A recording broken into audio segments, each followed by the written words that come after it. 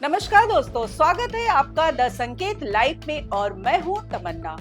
आज हम बात करेंगे एक ऐसे शख्स की जो सालों से सुर्खियों में है, रॉबर्ट वाड्रा। जी हां, हरियाणा लैंड डील मामले में ईडी ने उन्हें फिर तलब किया और इस बार वाड्रा ने खुलकर ईडी और बीजेपी पर हमला बोला है। उनका कहना है कि 20 सालों में मुझे 15 बार बुलाया गया और हर बार 10 घंटे से ज्यादा पूछताछ की गई। मैंने 23,000 दस्तावेज जमा किए हैं, फिर भी कुछ नहीं मिला। तो क्या वाड्रा सच कह रहे हैं या ये सिर्फ एक और ड्रामा है? चलिए इस मामले की तह तक जाते हैं। तो दोस्तों, तारीख है 15 अप्रैल 2025 और आज मंगलवार को रॉबर्ट वाड्रा अपने घर से पैदल ईडी दफ्तर पहुंचे। उनके साथ कुछ समर्थक भी थे, लेकिन उन्हें बाहर ही रोक दिया गया।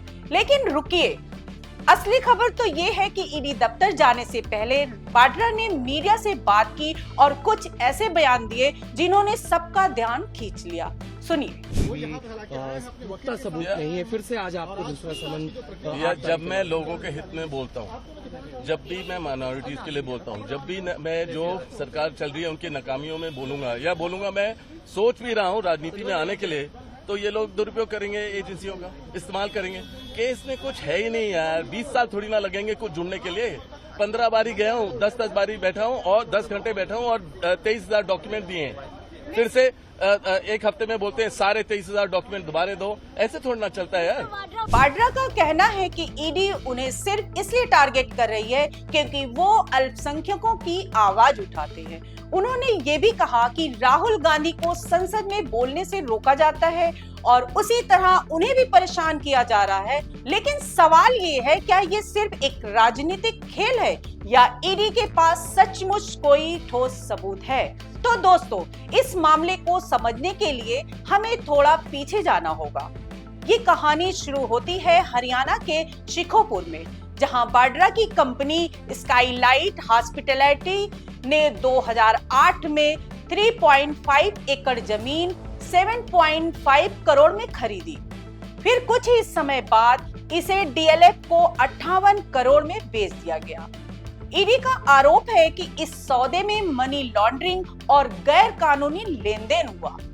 चलिए कुछ अहम तारीखें देखते हैं। 2008 में स्काईलाइट हॉस्पिटैलिटी ने जमीन खरीदी। 2014 में बीजेपी ने इसे चुनावी मुद्दा बनाया, वाड्रा को दामाद श्री तक कहा। 2018 में ईडी ने मनी लॉन्ड्रिंग का केस दर्ज किया। 8 अप्रैल 2025 को ईडी ने पहला सम्मन भेजा, वाड्रा नहीं पहुंचे। 14 अप्रैल 2025 दूसरा सम्मन ईडी ने भेजा, वाड्रा ईडी दफ्तर गए।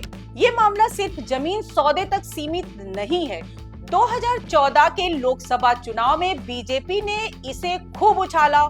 नरेंद्र मोदी ने रैलियों में वाड्रा को दामाद जी तक कहा और बीजेपी नेताओं ने दावा किया कि कांग्रेस सरकार ने वाड्रा को गलत फायदा पहुंचाया।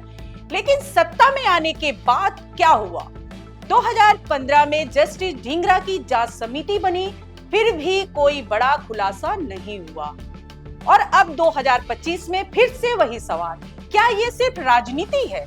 वाड्रा का दावा है कि 20 साल की जांच में कुछ नहीं मिला, 15 बार ईडी ने बुलाया, 23,000 दस्तावेज जमा किए, हर बार 10 घंटे से ज्यादा पूछताछ, फिर भी ईडी बार बार सम्मन क्यों भेज रही है? वाड्रा और कांग्रेस इसे बीजेपी की साजिश बता रहे हैं। उनका कहना है कि गांधी परिवार को बदनाम करने के लिए ये सब कुछ हो रहा है। लेकिन बीजेपी का तर्क है कि अगर वाड्रा निर्दोष हैं तो उन्हें डरने की क्या जरूरत? ईडी सिर्फ कानूनी प्रक्रिया पूरी कर रही है। तो दोस्तों, ये मामला इतना पेचीदा है कि सच और झूठ का पता लगाना मुश्किल है। एक तरफ वाड्रा का कहना है कि वो लोगों की आवाज उठाते रहेंगे और उन्हें कुछ छिपाने की जरूरत नहीं। वहीं दूसरी तरफ ईडी का दावा है कि वो इस सौदे की हर परत खोल रही है। लेकिन इतने सालों बाद भी कोई ठोस नतीजा क्यों नहीं? क्या ये मामला सिर्फ सुर्खियां बटोरने के लिए है? अब देखते हैं कि जनता इस पर क्या कह रही है। एक्स पर कुछ लोग वाड्रा के समर्थन में हैं। उनका कहना है कि 20 साल तक जांच और कुछ नहीं मिला। ये तो साफ है कि ये राजनीतिक साजिश है। वहीं कुछ लोग कह रहे हैं अगर वाड्रा साफ है तो ईडी से डर क्यों? हर सवाल का जवाब देना चाहिए। ये बहस तो गर्म होती जा रही है, लेकिन एक बात तो तय है, ये मामला अभी खत्म नहीं हुआ है।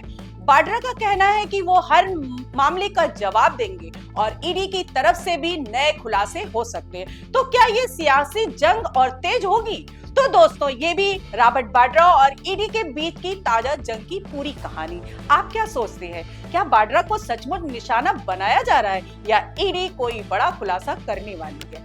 अपनी राय कमेंट्स बॉक्स में जरूर शेयर करें। और हाँ, अगर आपको ये खबर पसंद आई हो तो द संकेत लाइव को लाइक, शेयर और सब्सक्राइब करना ना भूलें। बेल आइकन दबाइए ताकि हर ब्रेकिंग न्यूज आप तक सबसे पहले पहुंचे। नमस्कार दोस्तों।